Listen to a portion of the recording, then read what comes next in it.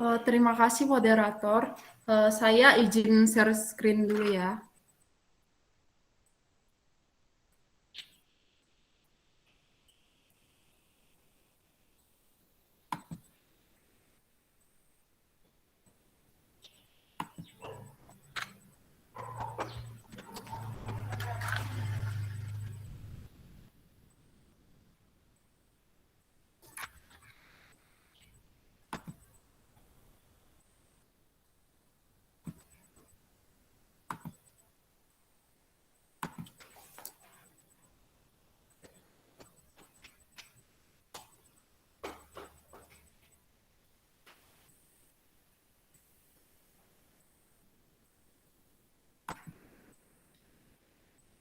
Apa share screen saya sudah kelihatan? Sudah, silakan dilanjutkan. Terima kasih.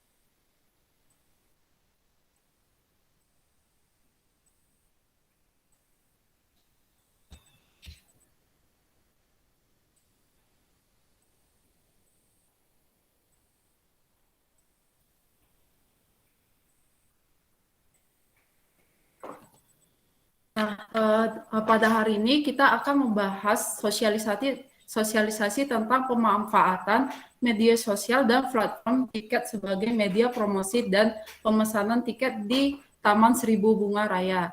Nah, yang akan kita bahas itu ada 4 materi. Yang pertama itu Taman Seribu Bunga itu sendiri. Yang kedua, alasan media sosial sebagai media sosial promosi.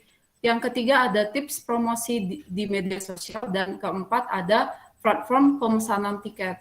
Nah, penjelasan singkatnya kenapa disosialisasikan tentang promosi Taman Seribu Bunga ini. Nah, sebagai wisata yang diolah oleh BUMDes, tempat wisata ini sudah cukup diolah dengan baik. Namun, ada beberapa cara yang mungkin bisa dilakukan untuk meningkatkan pengunjung dan manajemen Taman Seribu Bunga ini. Misalnya promosi menggunakan media sosial seperti Instagram, Facebook, TikTok, atau menjual tiket melalui platform tiket. Misalnya itu seperti tiket.com ataupun Traveloka. Nah, lokasi Taman Seribu Bunga ini sendiri berada di Dusun 1, Raya, Kecamatan Brastagi, Kabupaten Karo, Sumatera Utara. Dan pengelola Taman Seribu Bunga ini adalah diolah oleh Badan Usaha Milik Desa atau BUMDes Ari Ersada Raya. Nah, kenapa harus memilih media sosial sebagai media promosi? Bisa dilihat data yang di sini itu, yang sebelah kiri, dari data samping bahwa 64% penduduk Indonesia itu sering mengakses dunia maya, di mana pengguna internet itu kebanyakan mengakses media sosial. Dari data Digital Around the World 2020, di Indonesia jumlah pengguna media sosial itu meningkat sebanyak 12 juta atau lebih dari 8,1%.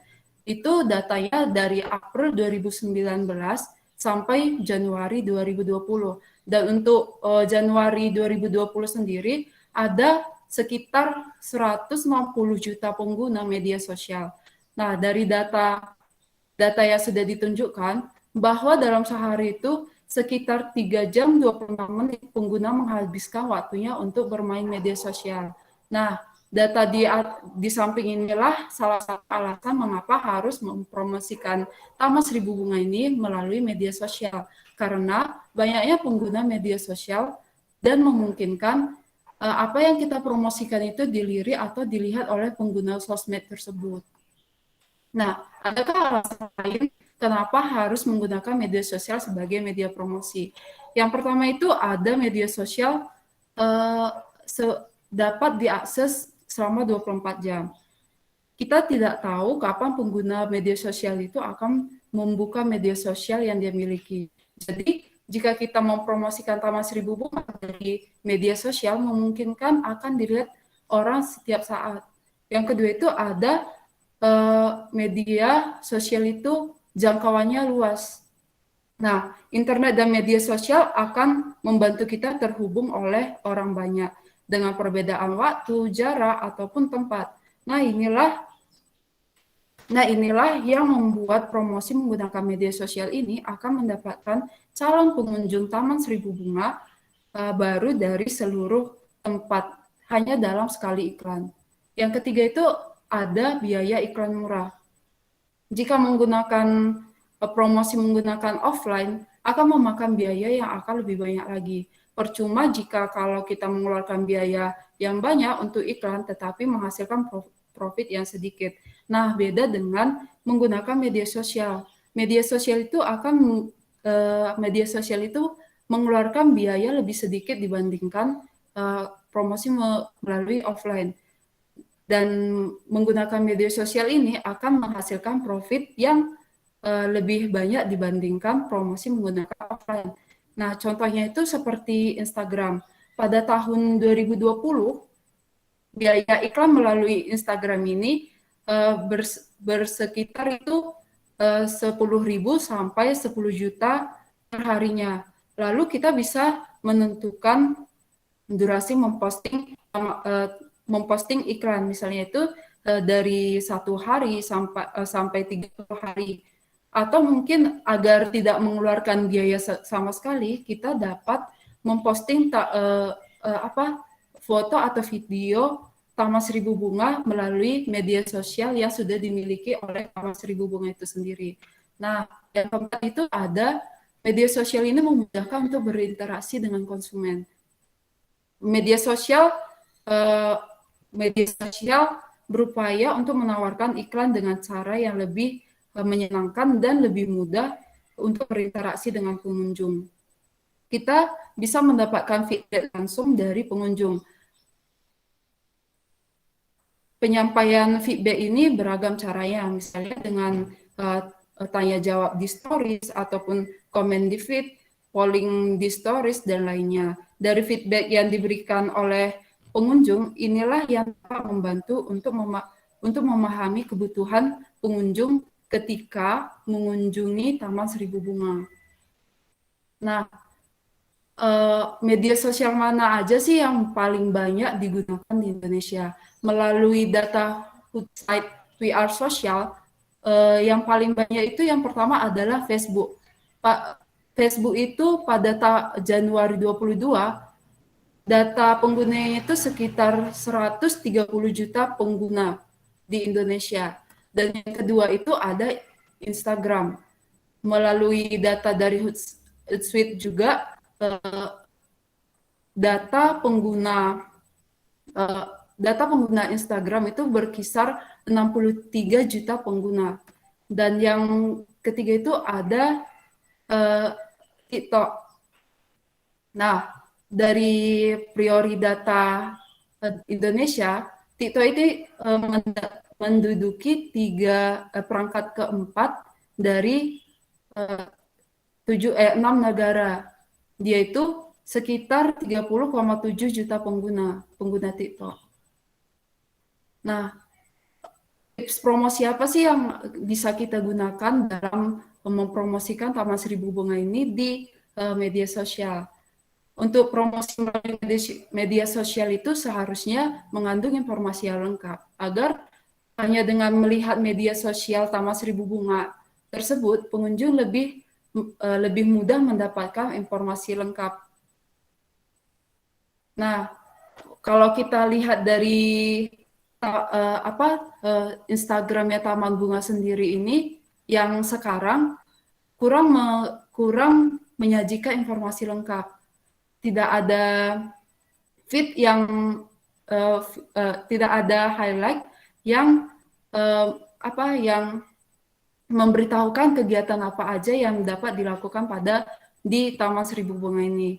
Nah, untuk tipsnya yang pertama itu sebaiknya kita menambahkan highlight. Sebenarnya apa sih yang dimaksud dengan highlight atau sorotan cerita? Nah, yang dimaksud itu adalah kumpulan gambar video kiriman yang kita posting ke Instagram yang sudah berlalu.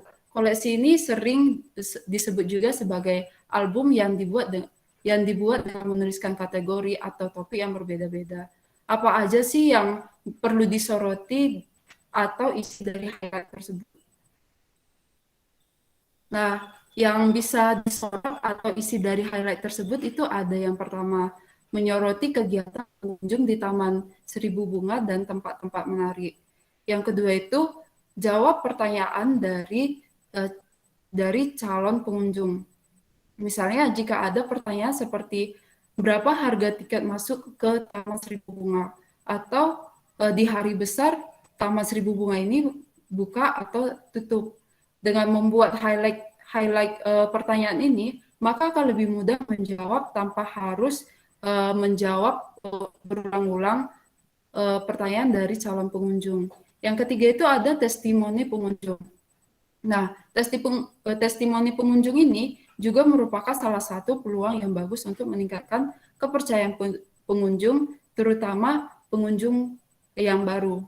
Yang keempat itu ada promosi acara.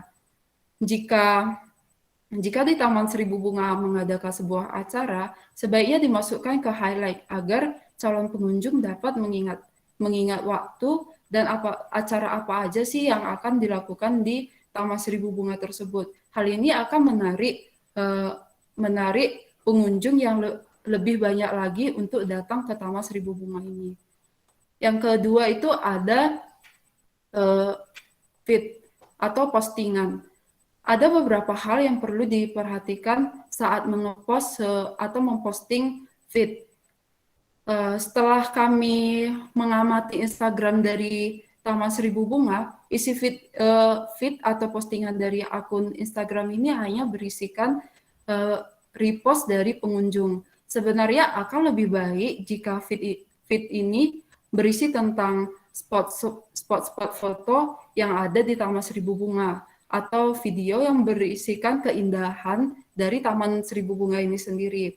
Atau mungkin berisikan foto atau video yang berisikan kegiatan yang bisa dilakukan di Taman Seribu Bunga. Hal tersebut akan membuat pengunjung penasaran dan ingin mengunjungi Taman Seribu Bunga tersebut.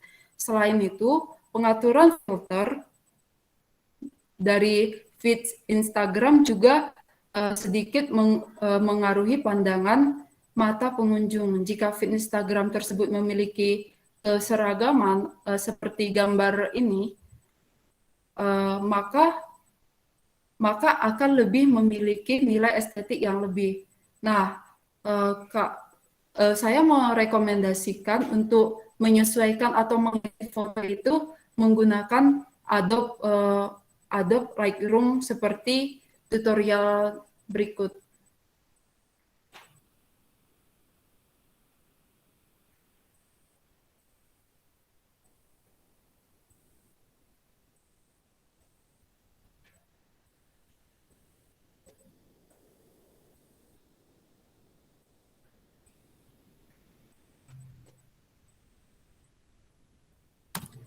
Nah, begini aplikasi Adobe Lightroom tentunya. Dan kedua, foto. Tutorial edit menggunakan Adobe kita buka dulu Lightroom. Adobe Lightroom CC-nya. Setelah itu kita masukkan foto yang akan kita edit.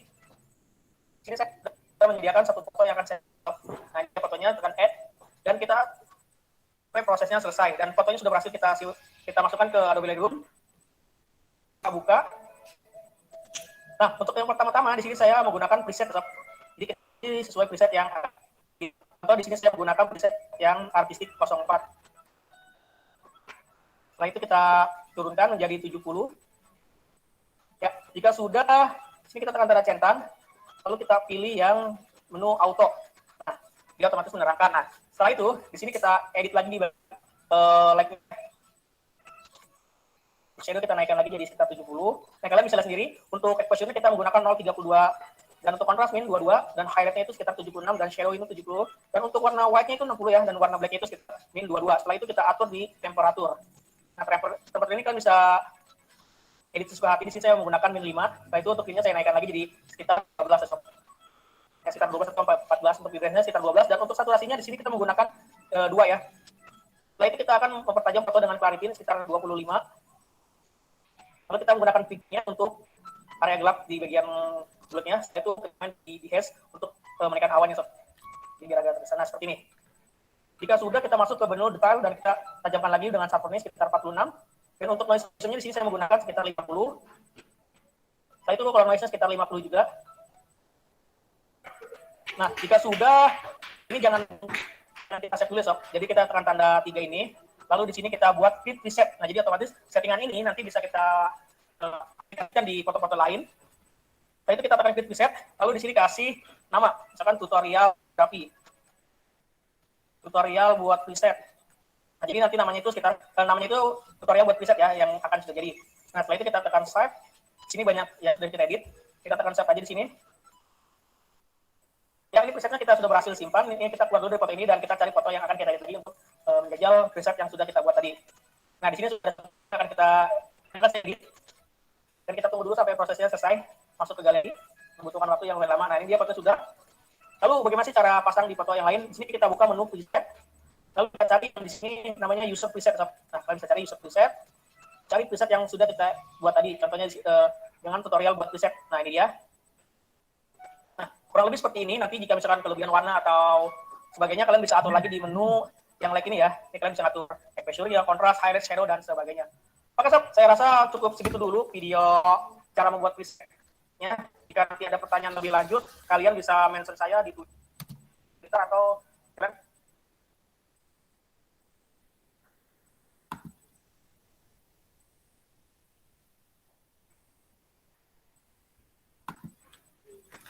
Nah, demikian tutorial dari membuat preset atau filter yang menggunakan aplikasi Adobe Lightroom. Nah, kenapa sih sebenarnya disarankan menggunakan Adobe Lightroom?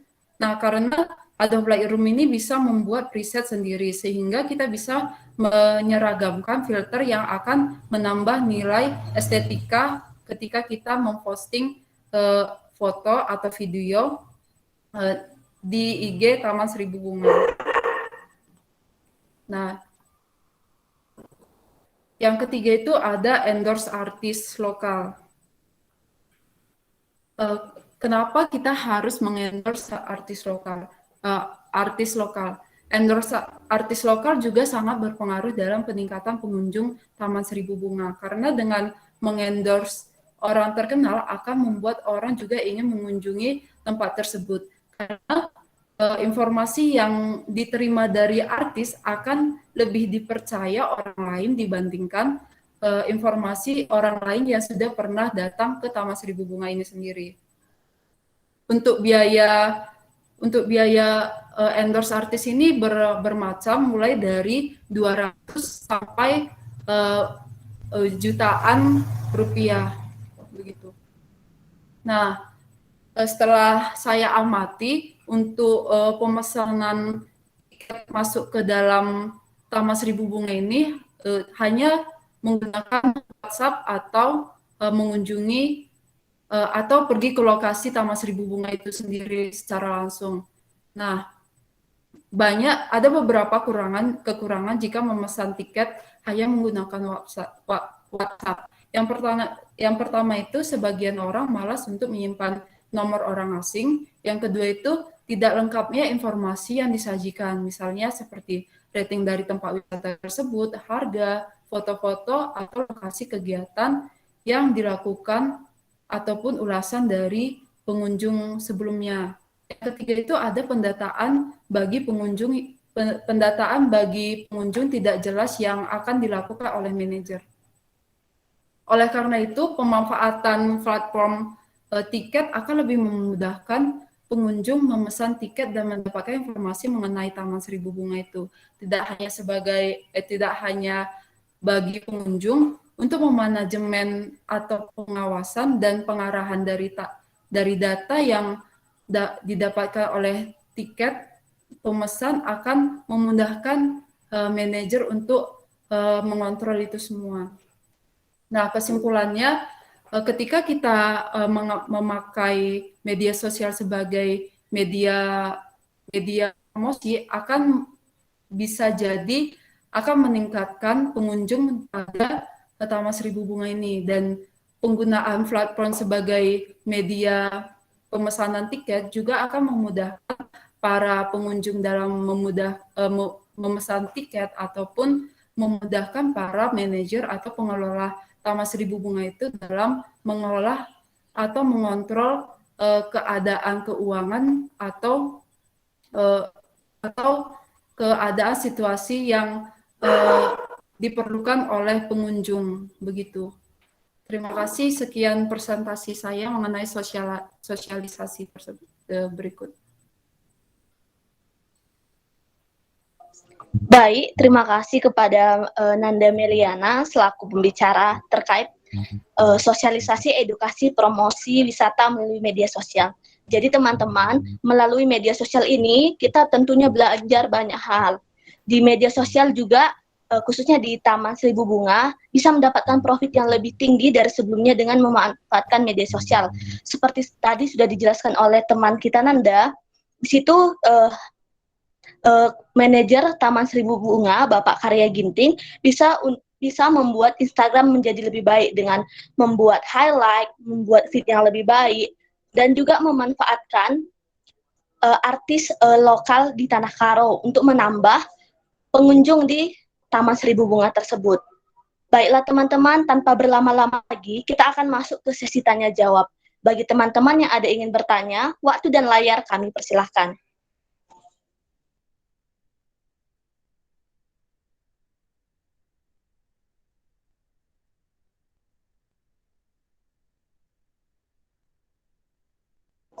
Baik, saya ulangi.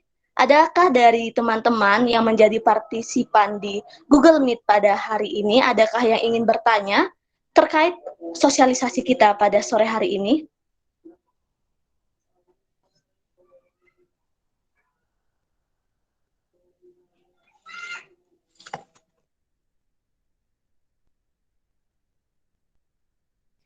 Baik, saya akan membacakan pertanyaan yang ada di kolom chat. Selamat malam, saya ingin bertanya, apakah aplikasi Adobe Lightroom tersebut berbayar? Terima kasih, Kak. Baik, kepada Nanda Meliana, silahkan menjawab pertanyaan dari Kak Krisyanti. Terima kasih, Krisdayanti. Nah, jadi penggunaan aplikasi Adobe Lightroom ini sebenarnya ada yang gratis, namun ada beberapa fitur yang tidak dapat digunakan karena harus aplikasi yang sudah premium dulu baru bisa menggunakan fitur itu. Nah, untuk menggunakan aplikasi yang premium, kita harus membayar sekitar Rp279.000 per tahunnya atau Rp28.000 per bulannya untuk mendapatkan fitur premium dari aplikasi Adobe Lightroom ini. Atau mungkin kalau tidak ingin mengeluarkan biaya, kita bisa mengambil preset yang sudah diberikan oleh orang lain. Karena pengalaman saya pernah mengambil preset dari YouTube yang diberikan oleh orang lain secara percuma-cuma. Begitu, Kak Krisdayanti. Baik, sangat menjawab pertanyaan yang diberikan oleh saudara Krisyanti. Baik, adakah dari teman-teman lain yang ingin bertanya terkait tentang sosialisasi kita pada hari ini?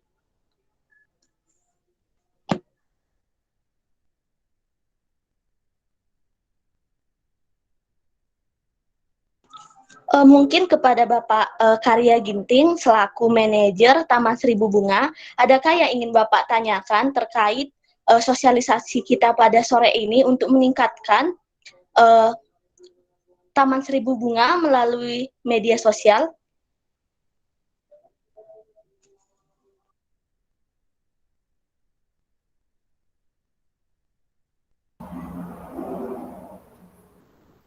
Halo, selamat sore semua adik-adik dari KKN UKDW.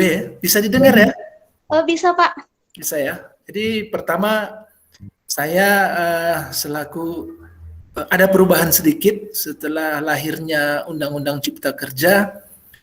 Saat ini status badan usaha milik desa sudah berubah menjadi badan hukum privat, badan hukum khusus. Jadi kalau sebelumnya, kalau kita mengacu ke Undang-Undang Nomor 6 Tahun 2014 dan Permendes Nomor 5 Tahun 2015, pendirian badan usaha milik desa itu cukup melalui musyawarah desa dan dikuatkan melalui peraturan desa. Tetapi setelah lahirnya Undang-Undang Cipta Kerja dan Permendes Nomor 11 Tahun 2020, status badan hukum saat ini adalah badan usaha milik desa itu menjadi badan hukum. Artinya legalitas dari badan usaha milik desa saat ini sudah sama atau setara dengan perseroan terbatas. Jadi jabatan-jabatan yang ada di struktur sebelumnya ada juga perubahan. Saya sendiri sebelum Undang-Undang Cipta Kerja lahir, sebagai pengelola jabatan saya adalah manajer. Tetapi dengan lahirnya Undang-Undang Cipta Kerja dan Permendes 11 tahun 2020, status saya saat ini adalah direktur. Dan unit-unit itu dipimpin oleh masing-masing manajer. Jadi itu sebagai tambahan informasi ya buat adik-adik.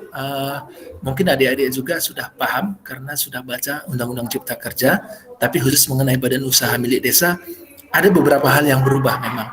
Terus yang kedua terkait dengan pemanfaatan media sosial sebagai sarana promosi, khususnya untuk Taman Seribu Bunga, memang kami sebagai pengelola belum maksimal memang dalam pemanfaatan media sosial sebagai sarana promosi. Kenapa? Karena kita ini kan bisa dibilang masih baru ya, artinya perkenalan Taman Seribu Bunga itu baru kita mulai pada bulan Januari tahun 2021.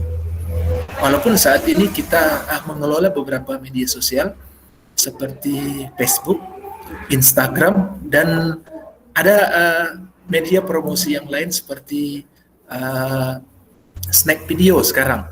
Dan pengelola atau media sosial dari Taman Seribu Bunga itu dikelola oleh adik-adik kita yang di Desa Raya yang statusnya masih mahasiswa. Jadi kadang-kadang banyak juga waktu adik-adik yang kita serahkan atau kita kasih kesempatan sebagai pengelola media sosial Taman Seribu Bunga, kadang-kadang lupa memang untuk mengupdate atau lupa untuk merefresh hal-hal yang berbau kekinian.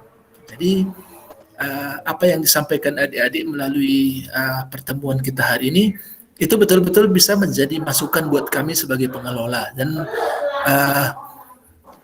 kita akan lakukan perbaikan-perbaikan terkait promosi, karena seperti adik-adik presentasikan tadi, memang di era digital media promosi sangat gampang sekarang memang, sangat gampang dan murah. Artinya berbeda dengan situasi yang saya hadapi di zaman saya dulu. Kalau dulu ketika saya sempat kuliah juga, dulu media promosi itu adalah sesuatu yang mahal sekali karena berbayar. Kalau sekarang kan tidak berbayar, walaupun ada beberapa fitur-fitur atau beberapa media yang berbayar namun sangat murah. Jadi saya pikir begini ya, memang kadang-kadang ada kealpaan atau hal-hal yang dilupakan dalam mengelola media sosial. Apalagi sekarang yang paling atau calon-calon pengunjung, kalau saya lihat dari interaksi di media sosial, lebih banyak berinteraksi di Google My Business. Google My Business yang dikelola oleh pengelola Taman Seribu Bunga juga, walaupun bukan oleh mahasiswa, karena memang promosi awal kita promosi di Google Business, bukan di Instagram. Instagram itu masih kalau saya tidak salah, kita memperkenalkan Instagram Taman Seribu Bunga itu baru di medio Maret 2021. Makanya sampai saat ini saya cek tadi, follower dari IG-nya masih 1000, masih 1000 sekian lah, masih 1100 atau 1090. Tetapi kalau saya lihat interaksi di Google My Business, itu jumlah interaksinya atau semua informasi yang dilihat calon-calon pengunjung sudah ratusan ribu memang. Artinya calon pengunjung maupun yang interaksi itu lebih banyak di Google My Business. Kalau di Instagram memang kita lebih banyak memposting foto-foto kunjungan dari pengunjung dan banyak merepost memang. Itu memang salah satu kekurangan juga dari pengelola IG Taman Seribu Bunga, tapi ke depan akan kita perbaiki. Jadi kami mengucapkan banyak terima kasih atas saran dan masukan dari adik-adik. Dan secara pribadi awalnya saya orang yang gaptek memang, tetapi karena diberikan tanggung jawab, pelan-pelan harus belajar. Walaupun passion atau kemampuan saya itu lebih banyak di manage atau di directnya, karena kita mengelola beberapa unit kan. Tetapi seperti yang saya katakan tadi, di era digital sekarang, apalagi kita juga sedang mendaftar di platform Dedi dan Dewi, Desa Digital dan Desa Wisata, yang mengharuskan kita memang banyak berinteraksi di media sosial, termasuk di YouTube. Walaupun saat ini ya karena keterbatasan personil dan keterbatasan sumber daya manusia, kita masih sering lupa untuk mengupload atau mengupgrade promosi-promosi melalui YouTube.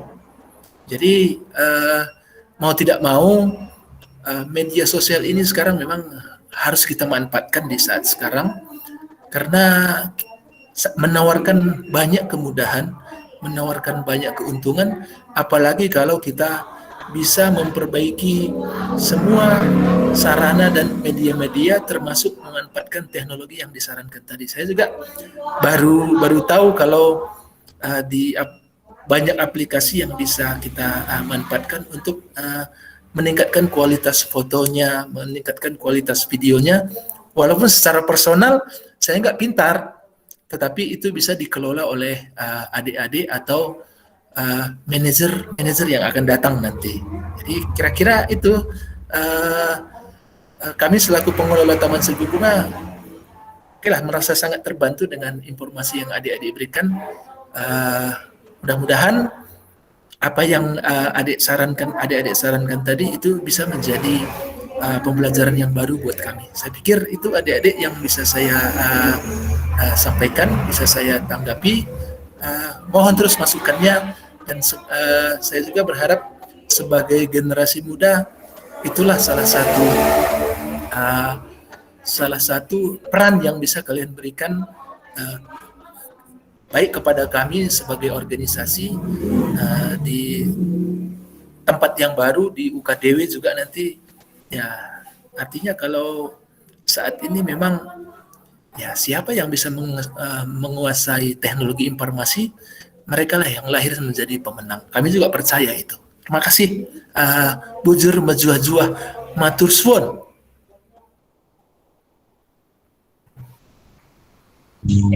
Terima kasih kepada Bapak Direktur Taman Seribu Bunga. Mohon maaf kesalahan penyampaian kami yang beranggapan bahwa Bapak masih menjadi manajer sedangkan sekarang sudah menjadi direktur.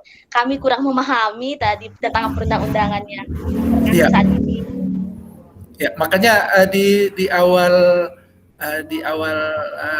pembicaraan tadi langsung saya sampaikan perubahan informasi terkait status badan usaha milik desa. Artinya biar adik-adik juga paham, mungkin saja suatu saat nanti informasi ini berguna juga dalam penulisan skripsi. Kira-kira begitu deh. Iya Pak, terima kasih. Baik teman-teman, ini ada pertanyaan di kolom chat, akan saya bacakan. Selamat malam, izin bertanya, bagaimana cara membangun brand awareness dalam mempromosikan sesuatu di media sosial, dari Saudari Agnes Sitompul. Kepada Saudari Nanda Meliana, silahkan menjawab pertanyaan tersebut. Waktu dan layar kami persilahkan.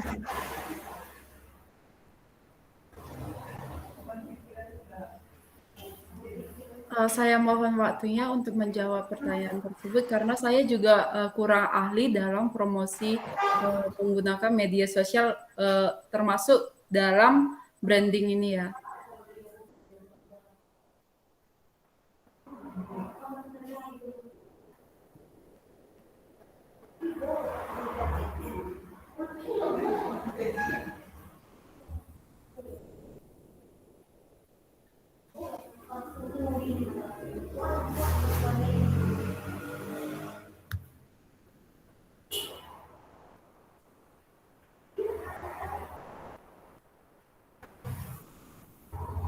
Nah, ada 7 cara membangun brand awareness dalam bisnis, termasuk ini di Taman Seribu Bunga ini ya.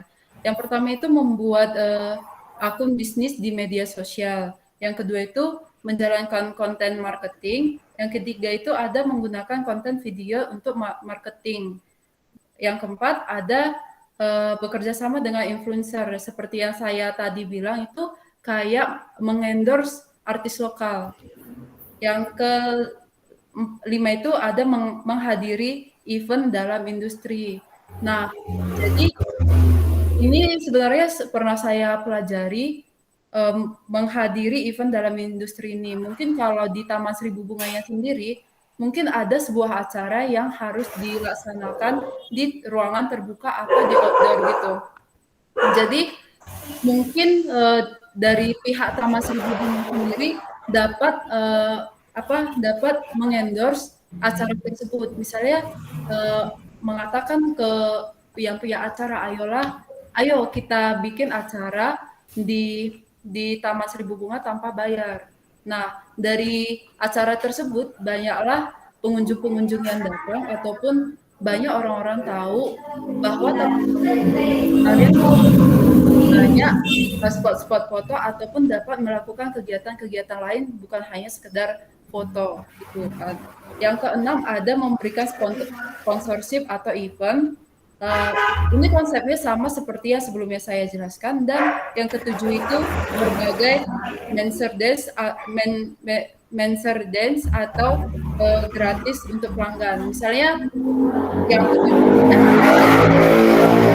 jika ada satu keluarga atau dua keluarga yang membawa anak atau keluarganya dari 10. Nah, untuk menghargai mereka sudah datang dengan jumlah orang yang banyak, mungkin kita bisa memberikan bibit bunga ataupun rangkaian bunga agar mereka itu datang kembali ke Taman Seribu Bunga tersebut. Beberapa hal itulah yang dapat meningkatkan brand dari Taman Seribu Bunga tersebut. Begitu, terima kasih. Baik, jawabannya sangat luar biasa. Jadi untuk Taman Seribu Bunga juga bisa membangun brand awareness yang lebih baik. Baiklah teman-teman, mungkin ada dari teman-teman ataupun saudara-saudari yang menjadi partisipan di Google Meet pada hari ini yang ingin bertanya lagi terkait tentang sosialisasi kita pada sore hari ini.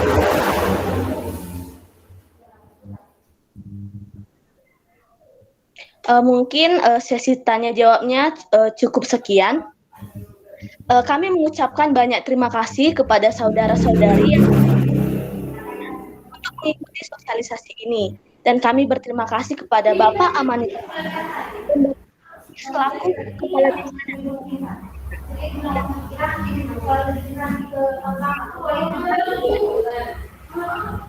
Dan kami juga mengucapkan kepada pendamping lapangan yang sudah kami pada sore hari ini.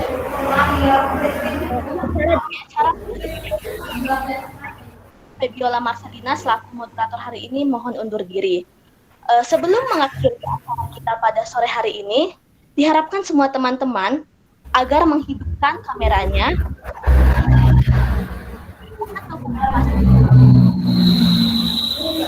Sekali lagi kami ulangi kepada partisipan yang bergabung pada Google Meet diharapkan agar mengaktifkan kameranya yang akan digunakan sebagai bahan dokumentasi pada presentasi sore hari ini.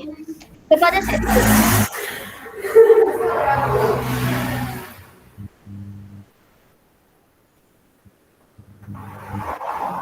dan pada presentasi menutup acara kita akan menutup dengan doa yang akan dibawakan oleh Saudari Anissa. Saya akan memimpin doa dengan ajaran Katolik dalam nama Bapa, Putra, dan Roh Kudus. Amin.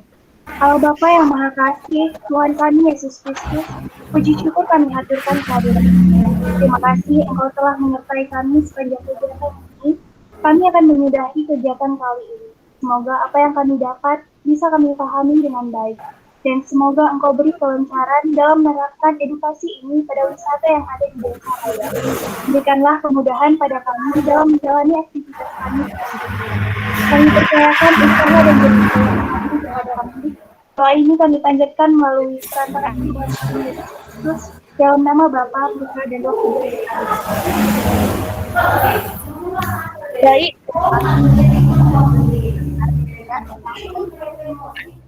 Hari ini. Terima kasih juga kepada Bapak Karya Ginting yang pada hari ini. Semoga semua diberikan kesehatan dan tidak dapat bergejala. Terima kasih, saya Febiola.